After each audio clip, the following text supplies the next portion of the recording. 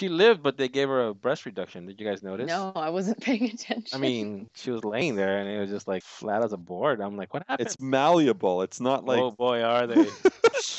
I took a drink at the wrong time.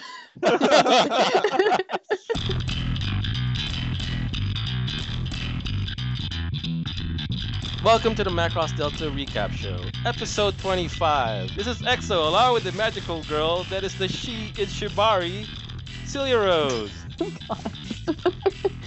Hi, Celia. Hello. And our mecha expert, whose angelic voice can reach the edge of the galaxy, Chad. Hey, Chad.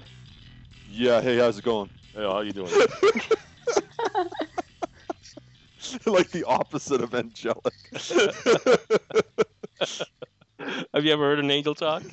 I can't say that I have. Episode 25, The Star Singer. So the episode starts off and Machina has stabilized, but she still can't sing. Freya won't show anybody the calcifying on her hand, and Mikumo's voice is heard throughout the galaxy, surpassing numbers that they've never seen before. Chuck mentioned something about her being a turncoat, and Konami scolds him. Then she kind of like backs off. Freya mentions that it's a song of the stars. The color was that of darkness. I think it sets up for us what Delta Squad is up against, at least for this episode. I do think it's interesting, though, that the Star Song has the color of darkness. I really appreciate the way that like everything is very what's the word I'm looking for? Synesthetic. Like everyone talks about at least the Windermerians talk about sound as having like qualities other than sound. So I like that, and it's a contrast to where Heinz talked about her song being star colored. But now that she's actually the star singer and singing the star song, it's a dark color, the color of what darkness is. So I thought that was cool.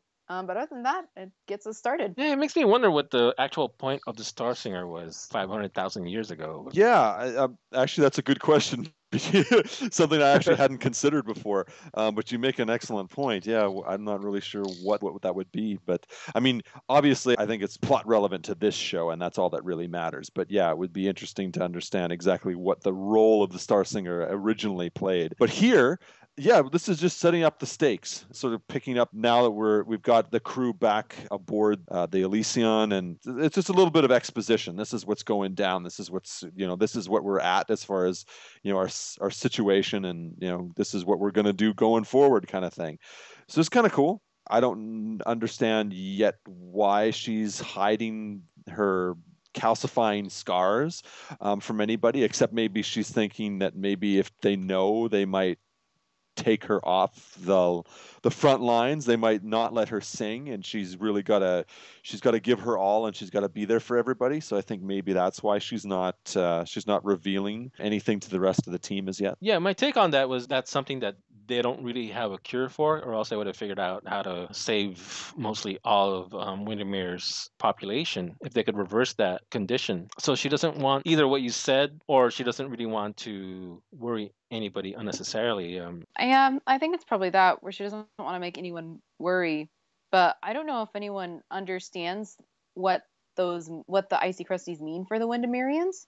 Like, I haven't seen anyone in Delta question it so far. And they've seen Herman with it on his face, and Gromia, I'm sure they saw before he died with it on his face and on his hands. Yeah, and there's a new UN spacey base in Windermere, so they're aware of that condition that everybody becomes affected by in Windermere, right? It seemed like most everybody understood the Windermerians' lifespans. So after the opening, we see Reina call everybody in to the Rognyanyan, and they had like a small meeting, and she shows them the voice recorder that Machina found in the VF-22, and it contained Wright's last words. The recording proves that it was his intention to take the bomb somewhere else, but the nuns took control of his Valkyrie and completed the mission for him. She also said that there was some intelligence within the device. Yeah, this is actually an interesting development. This is something we suspected was coming, a reveal about what really happened with Wright Immelman and the Dimension Weapon and Windermere and everything else.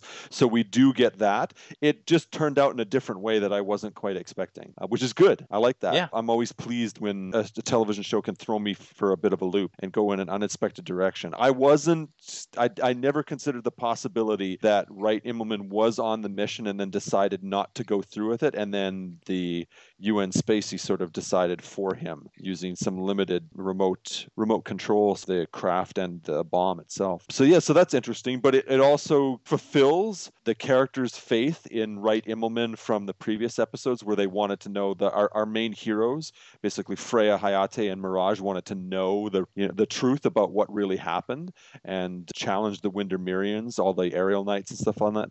And so now we're getting like the reveal for that, which is good. It's a little bit talky, a little bit exposition-y. That's a word. There's a bit to go through here, and it doesn't. It slows everything down a little bit. I think it's mostly the sequence is brief enough and gets to the point pretty quick. You didn't feel that way about the whole episode, except for a bunch of juicy little bits. The whole episode was pretty much just tying up little enders. It is to a certain extent, but I think there's a difference between, I think, the exposition episodes that happened like several episodes ago, and that basically the three that we were sort of criticizing, that all happened in a row. There's a difference between exposition where it feels like it's intentionally dragging the show, like where they're looking for filler, and exposition which we've actually been waiting for a while. Like we've been speculating on Wright Immelman, and we've been speculating on like just a bunch of different things about this show, right?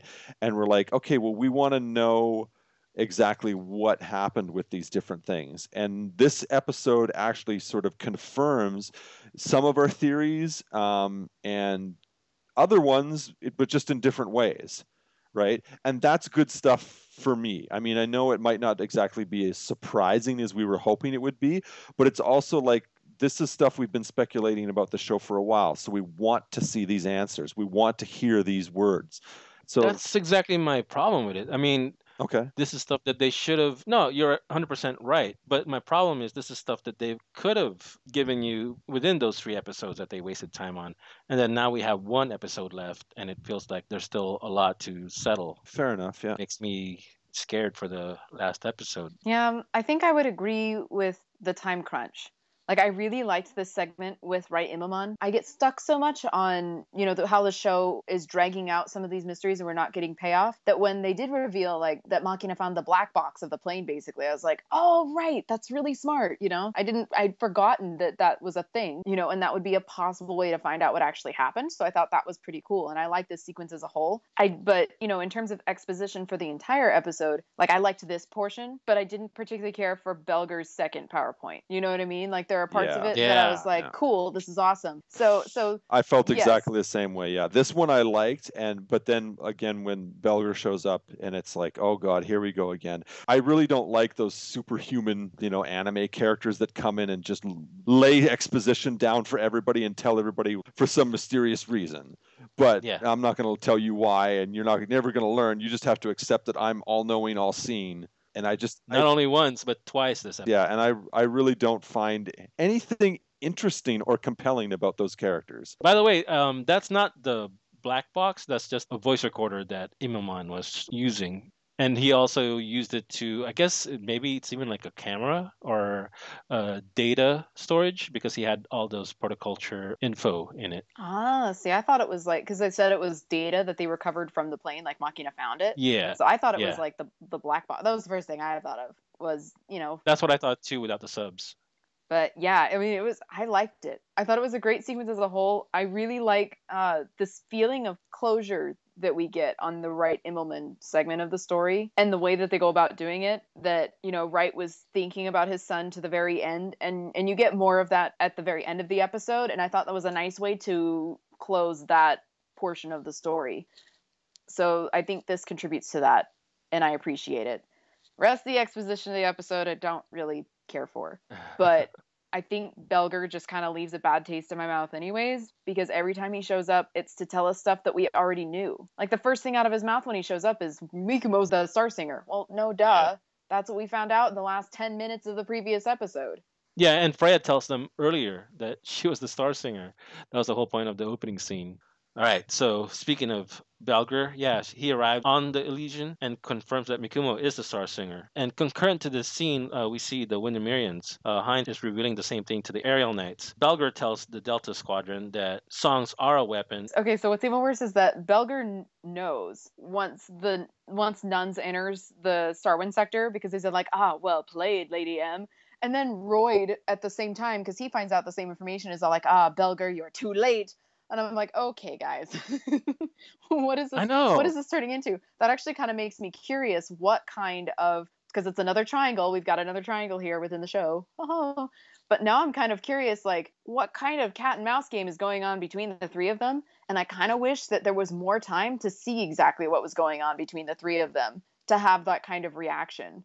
It was just enough to make me interested, but then once I realized that we only have one episode left, I'm like, well, nothing's going to happen with it, which is kind of a shame.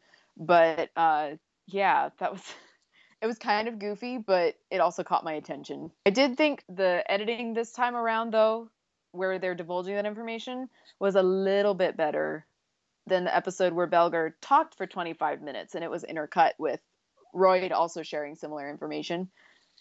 And I think I liked it a little bit better because it was shorter.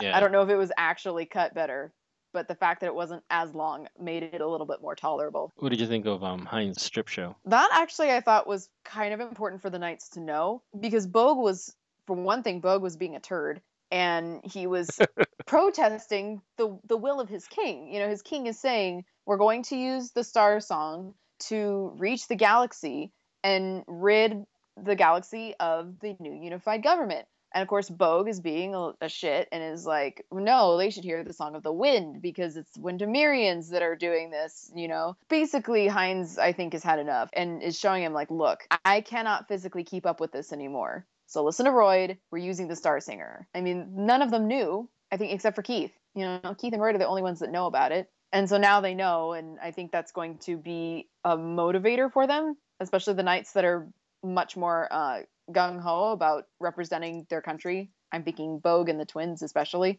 They'll be like, we have to do this for our king because our king is, you know, his health isn't good and he's dying. And he's putting his life on the line for Windermere, so am I, type of thing, you know? Where else can we go from there? Where can we, Chad? Where can we go from there? I guess to the final episode. Yeah, I must admit that this is one section where I'm unfortunately in agreement with the criticism of the overall writing of the backstory and the behind the scenes stuff, because this is actually coming across a lot like the underwritten sections of the Macross Galaxy fleet from the Macross Frontier series. It's again where we're getting to a point in the series where that background information and what's happening with, like in this series, what's happening between Royd and Belger and the Epsilon Foundation and whatnot is actually quite critical to the plot, the overall plot of the series, and it is completely underwritten. We're not getting enough of it. I'm not understanding the motivations. I'm not understanding the timing, and I'm not understanding how everybody is moving against each other and for what reasons. It's just happening because the plot needs it to happen at this point in order for our heroes to be directed to where they need to be for the final end game, which is doubly frustrating because it means that they're not getting to the places where they need to be, and they're not challenging the characters that they need to challenge of their own volition. They're doing so because, you know, Belger's coming along with his reasons and his plot, you know, machinations, and they're going there because he says.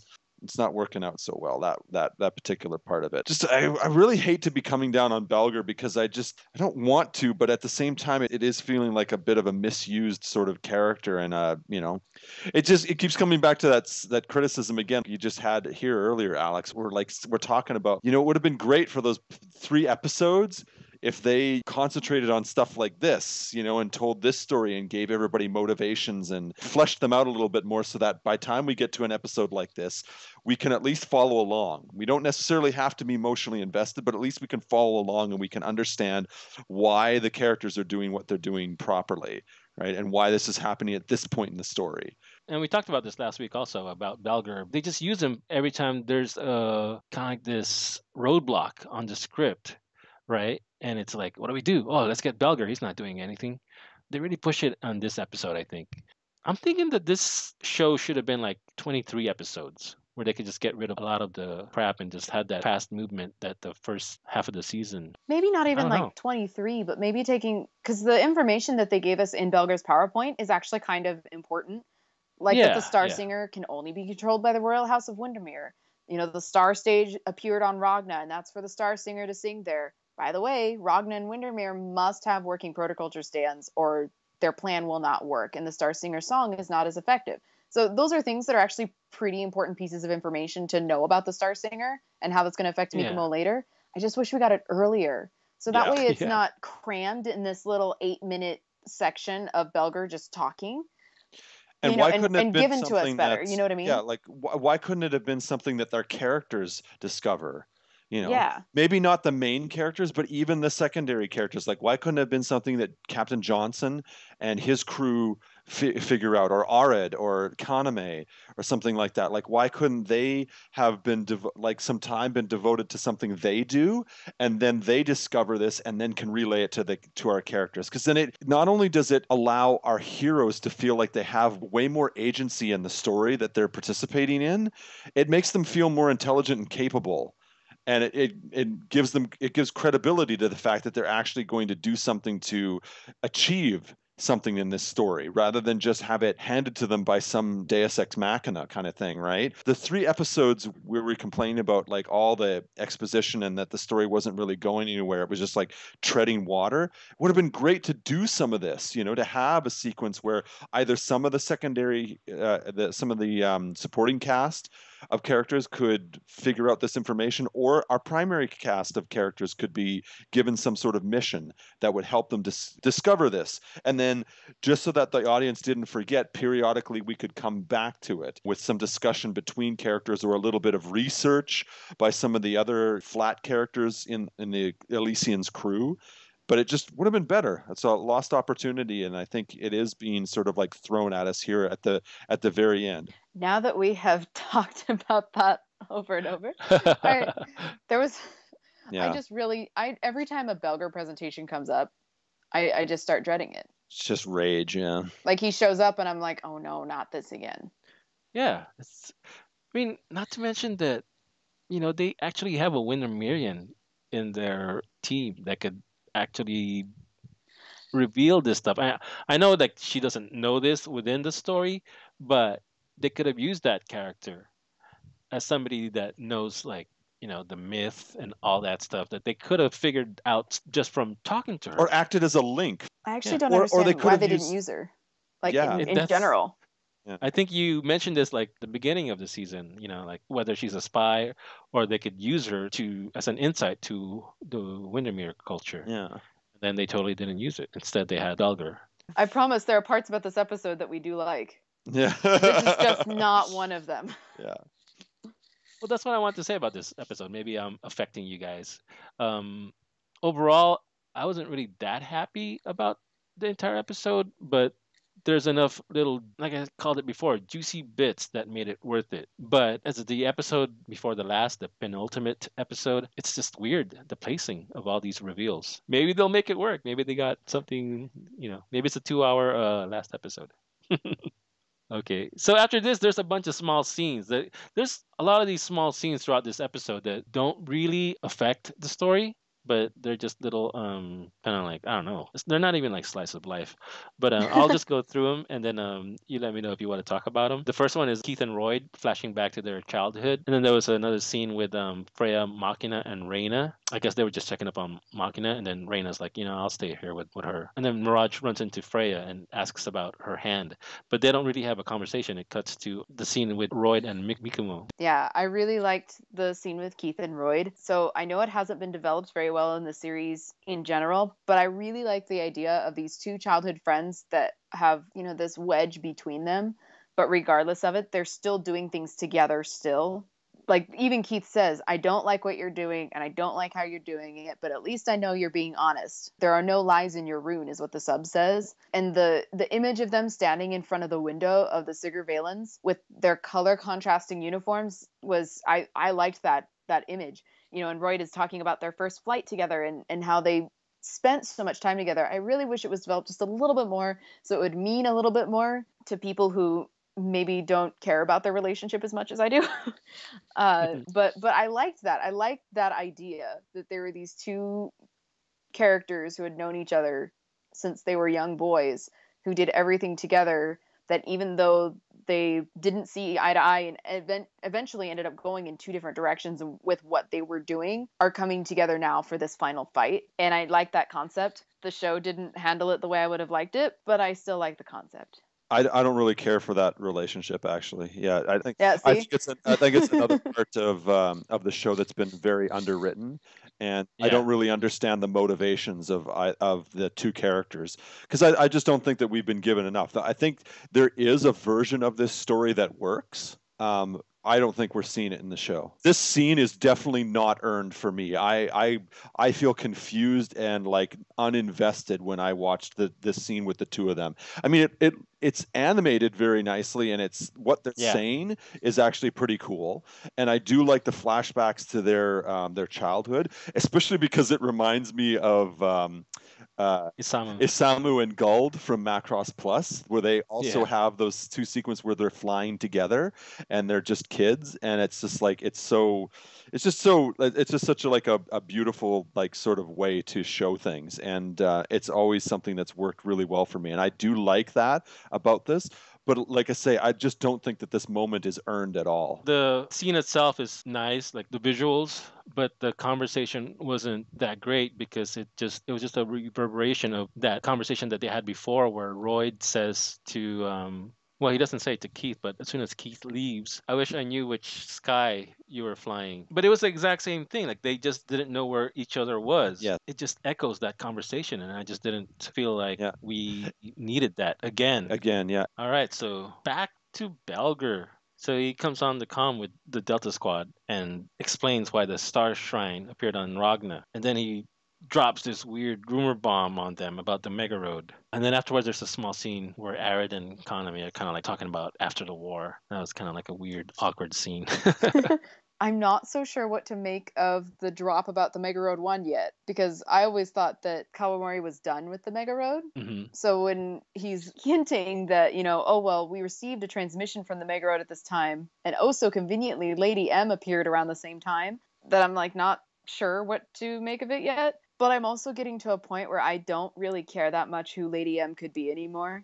Yeah. They've stretched out the mystery of it so much that like they could have revealed it in this episode and it would have been quite underwhelming. It would have been like, oh, okay, I guess it's this person. I don't even know if we'll get to find out who Lady M actually is at this point. We've got one episode left, literally 23 minutes left, and I don't care. I'm not sure what to make of name dropping the Mega Road just because I thought that part of Macross was done with. So I would like to see where that goes. We're probably not going to have time to see where that's going to go, but I would like to see it in the future. Kaname and Arid, yeah, that was kind of weird. Like it was supposed to be a very like motivational, like this is what we're going to fight for, is this future type of thing. But the way their faces were drawn, they looked a little distorted. So it kind of looked funky.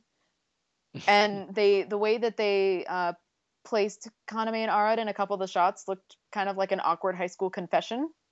Yeah. But there was one shot actually where they're saluting each other and the camera has Arid's back and then Kaname facing him with the salute.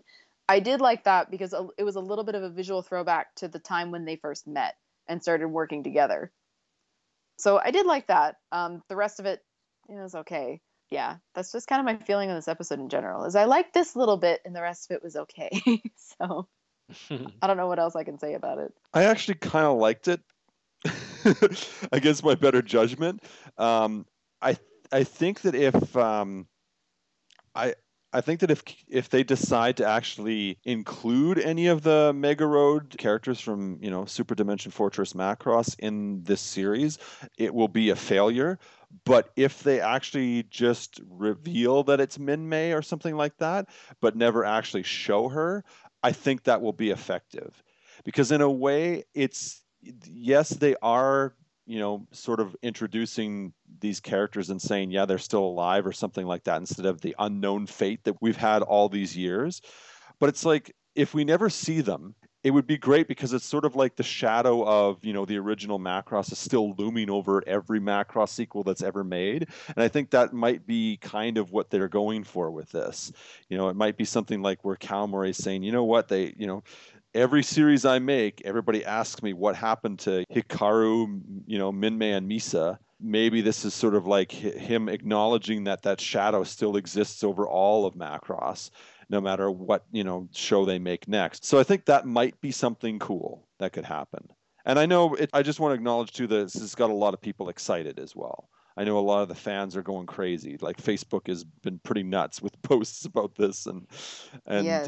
it just everybody's got a theory or they're really excited about it. Like, oh boy, will we get to see them again or something like that. So I want to enjoy that enthusiasm for a little while without being critical about it, because I think it could be kind of cool. So Do you I guys like that. remember? Do Do you guys remember the poll? No. Which The one? There was poll, two. like asking who Lady M was, Oh yeah. and we'll get to see Mikaru Michijo Finally. finally after 25 episodes. Yeah, I just wanted to finish up my thoughts on the sequence. I actually also really liked the sequence between Arid and Kaname. I thought it was good. This is something which I actually felt was earned. I don't think it was overplayed at all. I think it was played just right for these two characters. I'm still not convinced that it's going to, go anywhere other than how it already has. But it's sort of it just sort of like reached a kind of natural, organic sort of, climax, I guess, a crescendo of sorts for these two characters. And it just felt like they're at a really good place with each other, and they're ready to take on, the final battle sort of thing with, feeling good about themselves. And I kind of like that. For two flat characters, it's pretty good. Other than that, not much else to say. Although, actually, now that we're talking about Arid, which I know is, one of your favorite subjects, Alex. Who? There was a brief sequence we didn't talk about in one of the earlier sequences, the one where Reyna has the recording from Wright Immelman's craft and they're all listening to it. And there's like almost like a pseudo father figure sort of moment there between Arid and Hayate. Yeah. That was really very touching. And yeah, I know that meant quite a bit. And I hope it did for you too, Alex. Should I ruin it for you? Do it. No, I just thought like when they first mentioned Wright, he was like, I don't really know that guy. You know what I mean? He was like, yeah, I kind of know Wright. But then all of a sudden he's like, I knew he was a good man. Your father could have never done that. And then now it's like, yeah, we were good friends. Like he just kind of like tapped him in the shoulder. I'm like, wait a minute, that's not what you said to begin with. You're just trying to get out of it in the beginning. Now you're saying I'm on team right all of a sudden. Fuck you. Get the fuck out of here. There's my boy. That's my take on the whole matter. The sequence kind of confused me because in the previous episode they said that Lady M has been around since the first space war, and then Belger mentioned something about the first time we hear about Lady M is when that transmission happened, which was 7 years ago. And already at this time, Wright Immelman had been collecting info. It seemed like he was doing it for Lady M. Again, going back to Belger, he said that she had just shown up at the scene. I don't know if that's a translation thing. I wonder if that's something that It's we're confusing. missing, because that Yeah. wouldn't make sense. Because like the transmission, if it was the letter that you were telling us about from Minmay, that Yeah. letter was sent out in 2016. Mm-hmm. And at least from what I understood from the subs is that at the time the transmission was received was around the time that Lady M showed up. Yeah. But I don't know if they said that it was 7 years ago that transmission was received or not. They say that at the end of the Bodger War, Chaos intercepted a transmission from subspace. Okay. Its frequency was the same as that of the first long-distance colonization flagship. The Mega Road 1, yeah. Okay. Yeah. So then end of the Vajra War is like what, 2060? No, wait. Because No, Frontier... it's 2067 now. Yeah. So it was 2059 or something like that, I think. 2059. For whatever reason. Wait, that's the year Frontier. Which is funny because that's Okay. kind of that's what Burler was from LAI in Macross Frontier. Richard Burler was like, he sort of, at least my take on that character was sort of, he represented old school fandom and had an obsession with finding out like the fate of the Mega Road 1 and the fate of Minmay and all the other characters of the original show. It's something that he couldn't let go, and hence that was Kalamori's sort of like take on fandom, is something they can't let go of. So that's why I think that this might work out okay, because it might be another one of those, which I think can be kind of cool. What can you do with revealing Lady M when there's only like half an hour left, Yeah, right? exactly. I liked the sequence anyway. Like I said, there was some stuff going on there that was good. I liked what happened to Kaname's character as well. I liked the fact that she had that little brief sequence where she's talking about her singing and what Valkyrie is going to do in the coming final battle. And I like that because it showed a level of confidence that had grown in Kaname. She was like, first, we'll just sing our songs, even if it's a small stage. And then she corrects herself and she says, no, I want the whole galaxy to hear us. Yeah. Right. So that just shows like where Kaname has come from, because the old Kaname would have been okay with the small stage. But then, the way Kaname is now, she realizes the importance of both her own role and the importance that she's got to, really believe in herself and invest herself in Valkyrie, because that's what Valkyrie needs. It doesn't necessarily need like all the best players and stuff like that. It needs the average person who's willing to make a difference to step up and do what they can to make change. And she is that, and it's great. I love that story. I find that's one of the most compelling things about the show is Kaname's character and the arc that she's been on. Even though she is mostly a secondary character and we're not given a lot of time with her, I think it's a very good story arc, and it makes her scenes always the most worthwhile. I gotta disagree. I think we got more of Kaname than anyone in the show. Really? I think we got, Yeah. we got her little love triangle. We find out like what planet she's from, what she used to do during when she used to live in that planet. We find out that she had a career before Walkyer. She was the first Walkyer, and she set up the whole thing. And there's like there's more information about Conway than anybody on the show. I don't know if I So well maybe there's more backstory or something, but that's not the same thing as character development. I think I think that she's been a responsibly handled character. I don't think we've been given a lot, but I think we've been given enough, and she's reached her arc organically, and it's satisfying. I disagree. I think they should have developed Mirage more than Konami, and I don't think that they did. Well, Mirage has gotten development. She just hasn't. She I did. think She just Mirage hasn't done has a lot gotten of to, screen. She hasn't done a lot Yeah, of she screen did. I'm time. not yeah. going to argue that. I think that's I think the storyline with the love triangle is the part where Mirage suffers, but as a character, I'm pretty much okay with Mirage. I'm satisfied with her. I could use more Mirage, Okay. definitely, and I think there's a lot of people that would say the same. I think, or else. Um, again, we have a couple of we have a couple of small scenes that are I don't know, not that important, but they're kind of cool, right? We have Chuck eating his dinner of his face, and then Hayate gets his Delta 5 back, and Mirage sees him and tells him to go see Freya, and then Hayate is looking for Freya, and he kind of like he knocks on the door of the Walkier's dressing room, but then he doesn't wait for anybody to say come in, and he just kind of like opens it, and it's a good thing that Kaname was fully dressed.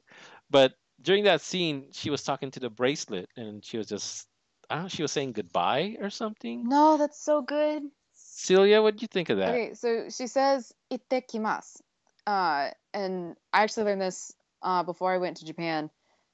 When you say "ittekimasu," it's saying I'm leaving, but I have the intention of coming back.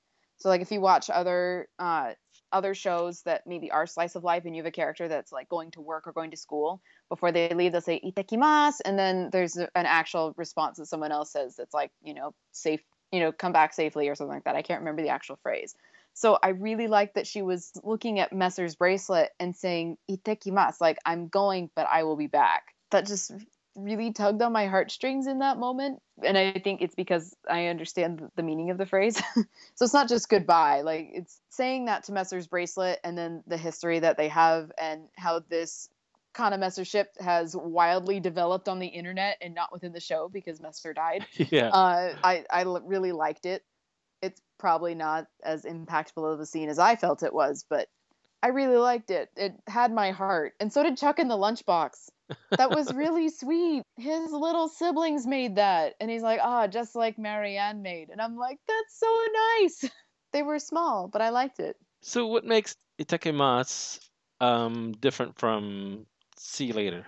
Uh, Because Freya says it to to Machina. So wait, so does Freya say itekimasu or does she say like matane? No, she says itekimasu. Itekimasu. So it's saying I'm going, but I have the intention of coming back. So if you're saying like, matane, like see you later, or jane, like those are things that are like seeing you later, but I may not actually like, I don't have the intention of seeing you later necessarily. It might happen, but it might not.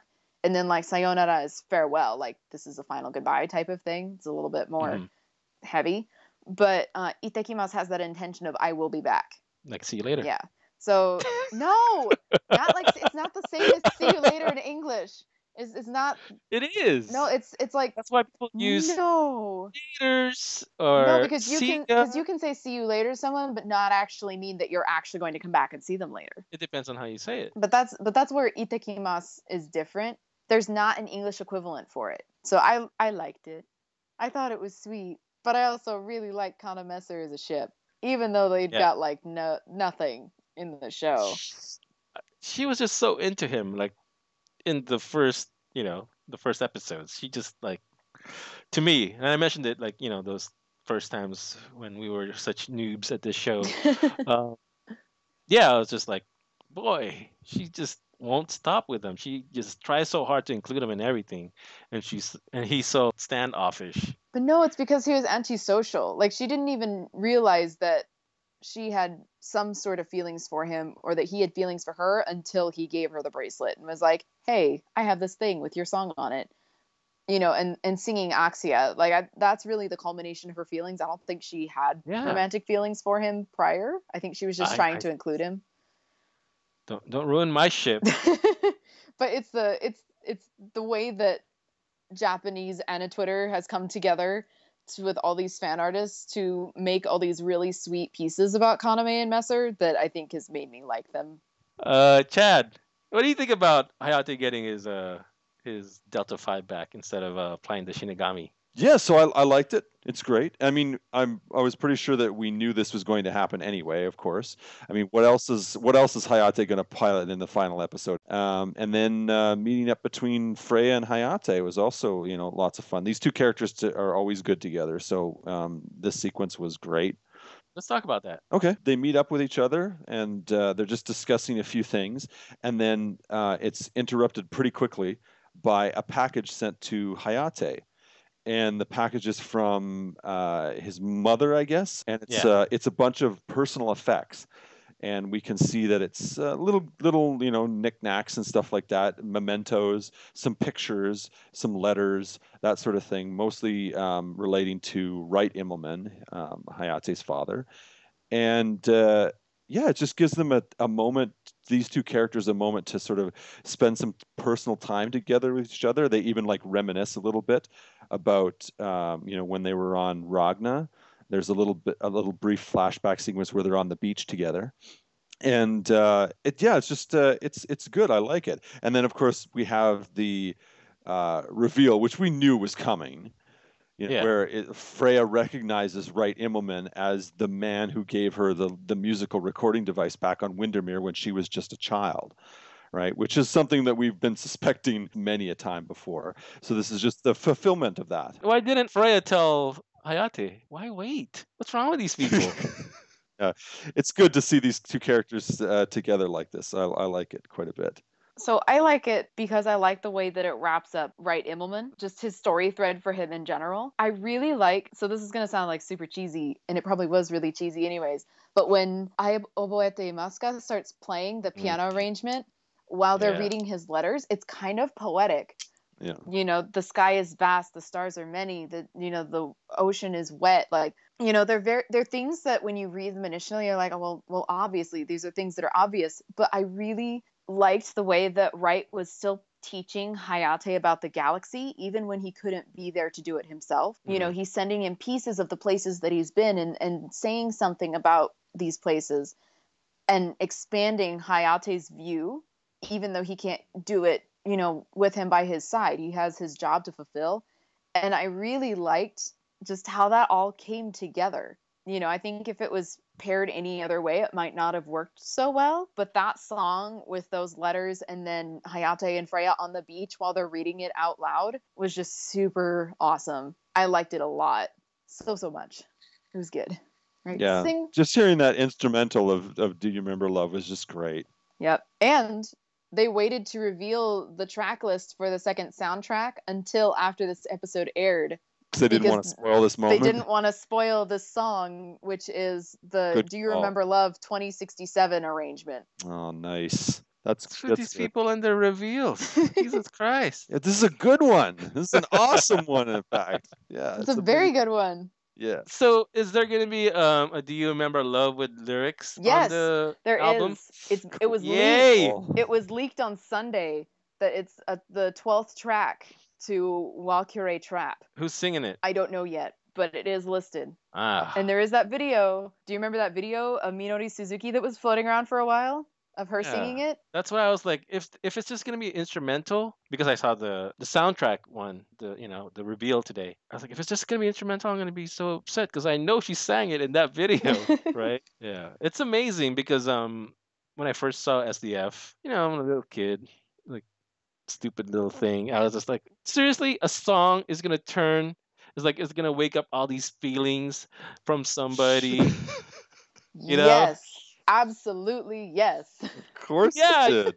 I'm sitting there and I'm like, they start playing it, and I turn into butter, right? Yeah. When they start playing the song, and I'm like, what an idiot I was. This is song exactly like what they talked about, back then, and yeah, it was just a great feeling, And the thing that I got from the one sentence letters from Wright, yeah, they were simple, but they were the things that you shouldn't take for granted in life. That's exactly how I interpreted it as well. Yes. In life, you just get so wrapped up in all the, the complexities and responsibilities of adult, life and whatnot, right? And what you have to do. You forget the things in life that, make it fulfilling and interesting and worth celebrating and worth considering. And it's just, you don't really get back to that until you're older.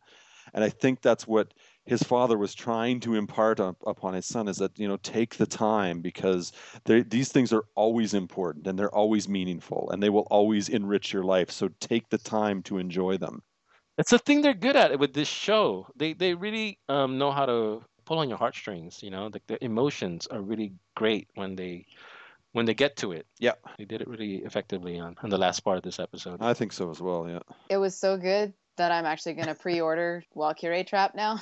All right. Because I haven't done it yet, and now I'm like, man, I gotta get this. Yeah. Spend that money. Maybe even the second soundtrack. Maybe. We'll see.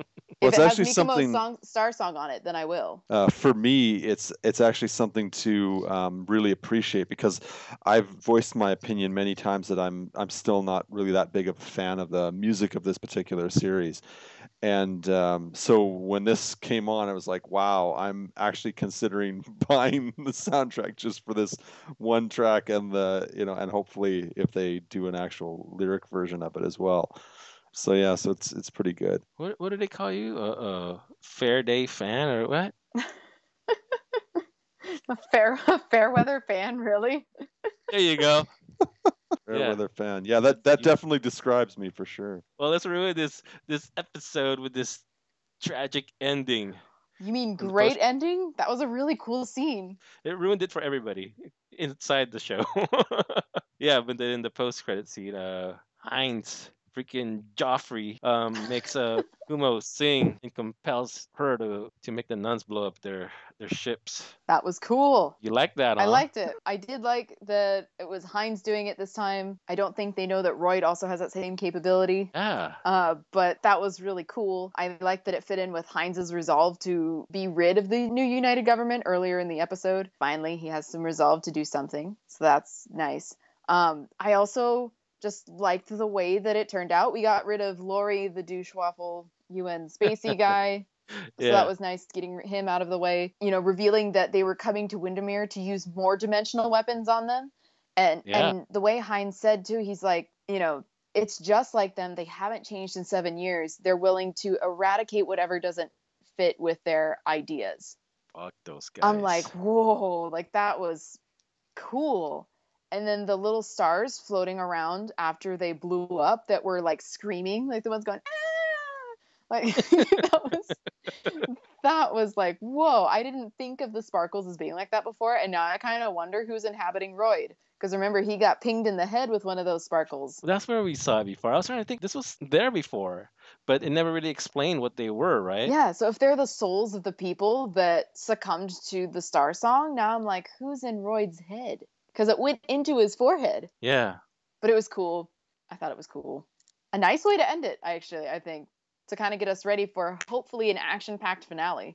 I thought it was awesome. It was another part of the episode that was really, really good. Not only because it showed what lengths the new unified government would go to, which was devastating. It shows that they'll do anything just as long as they get their way. And of course, I mean, maybe some of their motives were a little bit in line with what, we think should be done, but they go about it in the most despicable way possible, not giving a crap to care about anybody in the Brasinger cluster.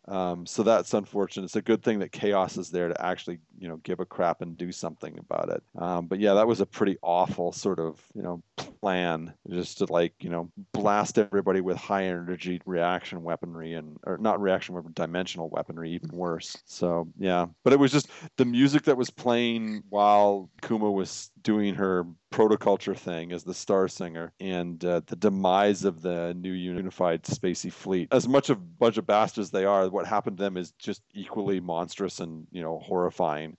It's war, right? So it's going to be ugly on all sides, which is kind of the point. Not everybody on that ship was guilty. Exactly, yeah. Just because we've got a douchey commander and whatnot doesn't mean that all those people deserve to be incinerated by their own dimensional weapons. So yeah. It was pretty tragic. It's a lot of lives lost in one shot. A lot. Yeah. But it looked really cool. It did. All right. What do you guys think it's going to lead to next episode? I mean, and we know there's going to be like a giant battle, right? They're not just going to talk their way through it, right? I honestly don't know at this point. Right, yeah. Like, I've been kind of hoping that it wouldn't be the case, but I haven't been able to shake the feeling that our ending is going to be like really, really rushed. And I keep seeing comments on Twitter and Facebook about how Frontier's ending was pretty similar, where it was also pushed through really quickly, but I feel like Frontier had maybe another episode where they worked with it just a little bit more instead of getting down to the final 23 minutes of the series to wrap everything up. Yeah, I think so too. So I'm afraid it's going to be too rushed and maybe a little chaotic, and not like in a good way. I hope it's not, but I'm kind of afraid it might be as chaotic even as like the pilot episode. Where everything's just kind of all over the place. Oh, God. Yeah. I really don't want it to be. I really want Delta to have like this really stellar ending to make all of the issues that we've had with it worth sitting through. So fingers crossed.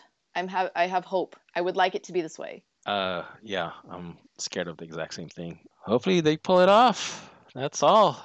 Yeah, I'm a little bit worried too. Like I said, there's been quite a few elements that were, like I said, half-baked, underdeveloped, underwritten. And I was hoping that, we'd get the proper time spent towards these things. That's what I was complaining about when those episodes came about, those basically the three of them in a row when we were talking about on the show previously, and we're like concerned that, this was gonna, something like this would happen. I mean, should they really be spending time, should they really be treading water like this when there's quite a few plot threads to, resolve?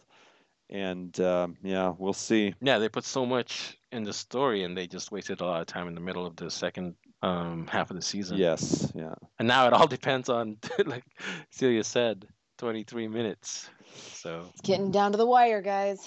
Oh, I gotta give it to Felipe Centron for guessing that Right Immelman, as his dad gave oh yeah, he Freya guessed it way back in the beginning. Way back, and I was just like, long shot. I don't think so, mister. Yeah, here we go. Ghost Bear 177. Oh, wow. Listening to Celia gushing about Machina getting shot and Freya calcifying Sufferer. Die so good. Die so good. Awesome. Yeah, I guess it's as good a term as any. Yeah. So. Just to be clear. I was gushing about how cool the scenes are. Probably. I don't remember. She lived, but they gave her a breast reduction. Did you guys notice? No, I wasn't paying attention. I mean, she was laying there and it was just like flat as a But board. I'm see, like, what happened? that's what happens That's when you lay kind of down, what though. happens, with those, particular appendages. She has those Fatty kind of boobs tissue. It that just that moves. flattens up. It's, Not all of them flatten it's up. malleable. It's not like, it's not like the. Oh boy, are they? I took a drink at the wrong time. And there was one shot where she only had one boob. I was like, what's going on here? Did they operate on her the wrong way? All right, so Irving Miranda says, Royd is the type of guy to die for his glasses collection or get pissed off if someone messes with them. I agree. He's a glasses man. But Guy XXX actually made a point about Royd in his comment responding to Irving Miranda about how he's not really sure what kind of guy Royd is at this point. His personality has flipped a couple times through the series, and now we have the possibility he's actually being influenced by the ruins, the weird little sparkle that went into his forehead, and which has not been referenced or spoken of since. He seems sympathetic in the first half, but now seems manipulative and self-serving, and seems to be positioned the way Grace was in Frontier, and he is seeming to be the Grace of Delta, even if he hasn't fully earned that position, I guess is what Guy XXX is trying to say. And they'll see if they take it all the way to the irredeemable and must die point for Royd. And he says, if I had to predict at this point, I would say that yes, he will die by the end. Yeah. What do you guys think? I don't know if Royd will die or not. Somebody has to. Yeah, he kind of has Right? to at this point, I think, because he's so villainous now, and he's right. Yeah, the way his character has changed in a certain way, I think circumstances has put him in a position where he's had to show like several different sides of his personality. But I think it was always there. Like the opportunity, it's clear that he was always like, someone who was going to do some pretty like crazy shit, sort of thing, right? So I don't know if that's necessarily a change of his personality as it is, it's just like an eventual reveal of what he was willing to do. Yeah, he has to die just the way he touched Mikumo's hair this episode. Yeah, It it's grossed me out just so bad. so creepy. know? That was so It gross. gave me Yeah. some serious heebie-jeebies. Like, not even kidding. Yeah. Just, oh. It reminded me of that scene in Silence of the Lambs where Hannibal Lecter is handing Clarice the files, and then he just barely touches her finger with his finger. I was just like, oh, Oh. God. Creepiest thing ever, yeah. Yeah. That was weird. Oh, I almost forgot that they were talking about how the Windermerians aren't as vulnerable to the Star Song. Yeah. So Because of the runes. So that was something that I initially thought of, like, maybe that's how Mikumo might take out Royd, like what we were just talking just now. Mhm. But the Star Song won't work on him. So how are they going to take him out if he's going to die? Cut off the runes. Just snip. If only it were that simple, Alex. How do you know? I don't know if it's that simple. So Guy X'd. I enjoyed this episode a lot more than most of the recent ones, but felt that they missed two big opportunities. The first was with Machina. While I like the character and don't want her to die, I was really surprised when it looked for a few moments like they were actually going to go there and have her die on the battlefield. That would have been a really bold move for a series that hasn't really taken those kinds of risks to date. It would have really set the stakes going into the final episodes. Again, I'm not overly disappointed that they decided not to go there, but it would have really impressed me if they had. And the second was with the Hayate. You talked about it in the cast about how him walking the plank was a nice callback to episode 2 where he'd rode the wind during his audition, but I felt like it didn't go far enough. From a storytelling perspective, I really felt like he should have fully repeated the movement and jump and have the knight see him momentarily suspended on the wind. This would have both directly tied his moments, together and given a solid plot anchor to the growing disillusionment on the Windermerian side, especially in Hines. Seeing him ride the wind would have meant he was innocent, at least to those that truly believe in the old ways. That would have been a perfect moment for Ared to appear up out of the chasm to catch Hayate and rescue the others with the VF-22 before flying them off to wherever the VF-31s were parked. I feel that would have been much more dramatic and more effective sequence, and that would have give a better justification to the presence of the VF-22 in the story. Having the remote control VF-31s show up to catch that mostly just made me wonder why they didn't do that in the first place. Don't get me wrong, overall a good episode and I liked it, but in a way, the better it gets, the more the missed opportunities stand out to me. If Delta was just bad, it wouldn't bother me, but the writers have proved that they are capable of greatness and it therefore shows when they miss the mark. That's actually, for a wall of text, this really good points there. I like what you have to say there, Guy X.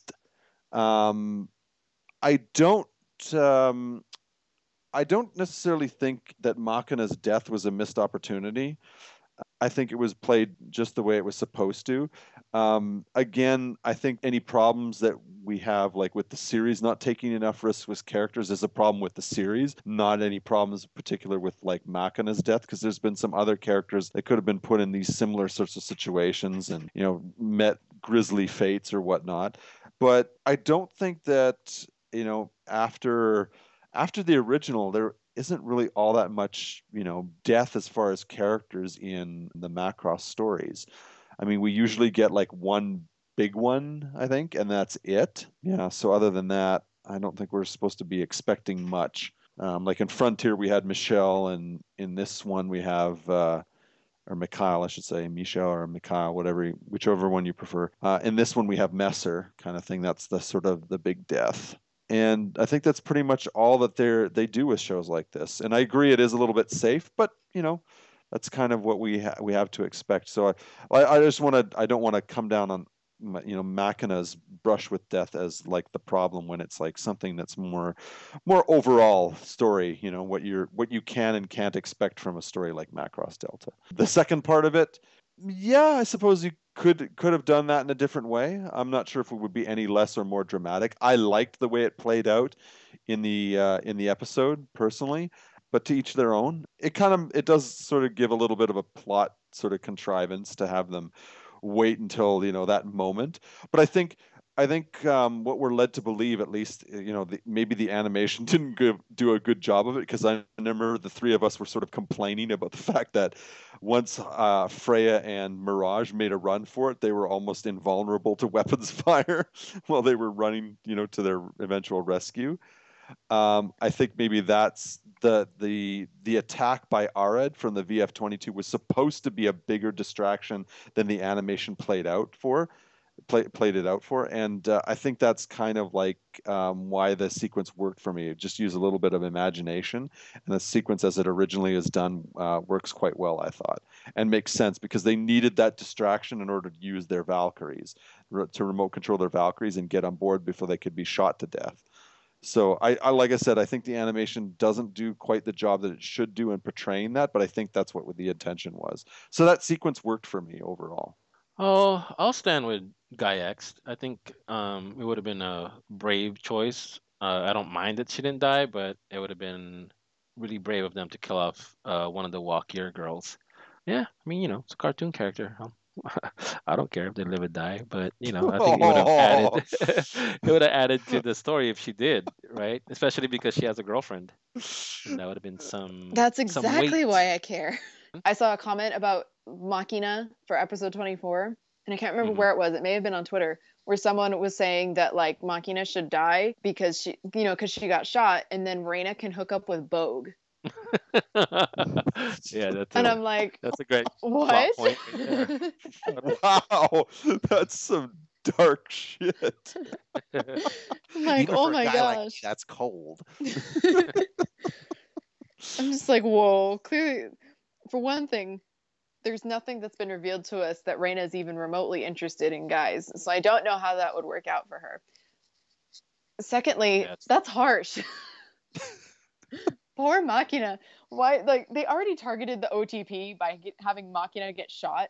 And it was really cute when Reina's sitting in the hospital or in the medical ward with her and she's holding her hand after Machina's awake and stabilized. Like, that was really sweet. And you can't break up the OTP. They're like the only happy couple of Delta right now. who would be abusive to who? Because it's going to be an abusive relationship, right? Dude, But who would dude, be? it'd be Wow, you're Bogue. Like, Reina can be kind of snarky, but Bogue has some actual violent tendencies. It would be I don't know, Vogue. man. She I was don't know. harsh I then. think I think I think it would be the opposite actually, because I think once that yeah, Bogue is great, like where in his own situation in his own realm, which is fighter jets and killing people. But like he's clearly shown that once it comes to women, he is like he's totally useless. He just becomes a blubbering mess. Yeah, And I his think, root yeah, shows it. and Reina has been like Reina's no slouch. She's been trained like the other Valkyrie girls. Maybe she's no Makumo possibly, but I think Reina is probably she just strikes me as one of the more accomplished combatants of the Valkyrie girls. I don't have any way to prove that or anything, but that's just I don't know. I just get that vibe. So I think that she pretty much run over Bogue if they got in a relationship. Oh yeah, she'll just hack into his bank account and just empty it out. Bogue is just You too know. Bogue is just too repressed. He likes to think he's big and strong and stuff. And as long as he's in his Valkyrie fighting, the chaos and the Yeah, Nuno and Spacey and stuff like that, he's fine. He's protected in his own little sheltered world.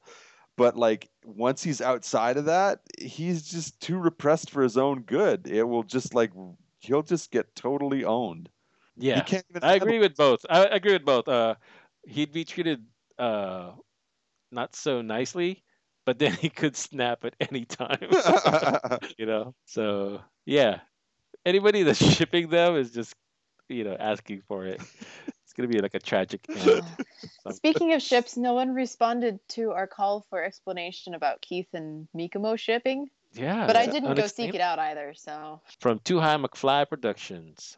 On the VF-22 not being heroic, remember Macross 7 when my boy Max used it to drop a bomb at the final scene, if I remember correctly. I don't remember, but it's Macross 7. On Roy being a fanboy, he reminds me of Marg? Are they supposed to be Marge? Marge? Yeah. On Macross Plus, note the glasses. The Marge Guelda, the fella who was conspiring with General Gomez to create the bioneural chip to install into both Sharon and the Ghost Is that the guy X9 that jumped fighter. off? Yes, who ended up jumping to his death at the end. Ah. Yes. And you're right, he is right. They both used glasses. All right, Bahoma 246. Great to see the VF-22 in all its glory, and it's gone. Well, at least we got some nice Walkure action, and they shoot Wakina. Well, it looks like this series is finally coming to an epic finale. I can already predict the next episode. They'll head back to HQ, meet Lady M, get an exposition dump, and prepare for a battle. Hopefully, we'll see a few niche moments with the characters right before the final fight, though. Wow, it's pretty spot on, except for the Lady M thing. As for the final battle, I expect the nuns to be fashionably late. Hopefully, bringing a larger Macross class ship or lots of Macross quarters. Perhaps an SMS cameo. Thank God they didn't. They've no doubt been keeping a close eye on the war. They've lost an entire fleet to the Sigurd Valens. After that, they most likely decided to let Chaos do all the dirty work. Oh, the joys of using mercs and wait for the right time to counterattack. Mm, Wow, half of that was half of spot that on, is right. and then Yeah. the later part was like way off. Good predictions though. I think so overall. I think Bahoma got a lot of them pretty good. yeah, that sounds Yeah, about right. yeah. Instead of Lady M, we got Balger again. Yeah, it was an exposition dump, and they did prepare for battle, and all the characters got like little small scenes right before the Yeah, final fight, which is yeah, exactly like he predicted. So yeah, that's this episode. And then as for the nuns, he predicted right that they were gonna come, but they didn't actually make it to the war. So that's pretty much it for the comments. You guys have anything else? No, I think that's it. Awesome, Celia Rose. Where can we find you when you're not on the Macross Delta recap show? You can find me on Facebook at facebook.com/Celia Rose Cosplay and on Twitter at Planets Twinkle. And Chad, where you at? You can always visit my website, the Macross Mecha Manual. You can send me an email at merchingcw@hotmail.com. And of course, you can visit the official Facebook page for the Macross Mecha Manual, which is facebook.com/Macross Mecha Manual. And lastly, I'm available on various anime message boards such as ANN, Anime Nation, and the Macross World forums. And this is EXO. You can find me on the Macross World Facebook page or the Macross Delta Facebook page, or you could tweet at me at Macross Tweet, the official Macross World Twitter account. And the next episode, the final episode, is called Eternal Walk Cure. So we'll see you then. Itakimasu. Itadakimasu. We'll see you later. It's the exact same thing. No, it's not. We'll see you later, alligator.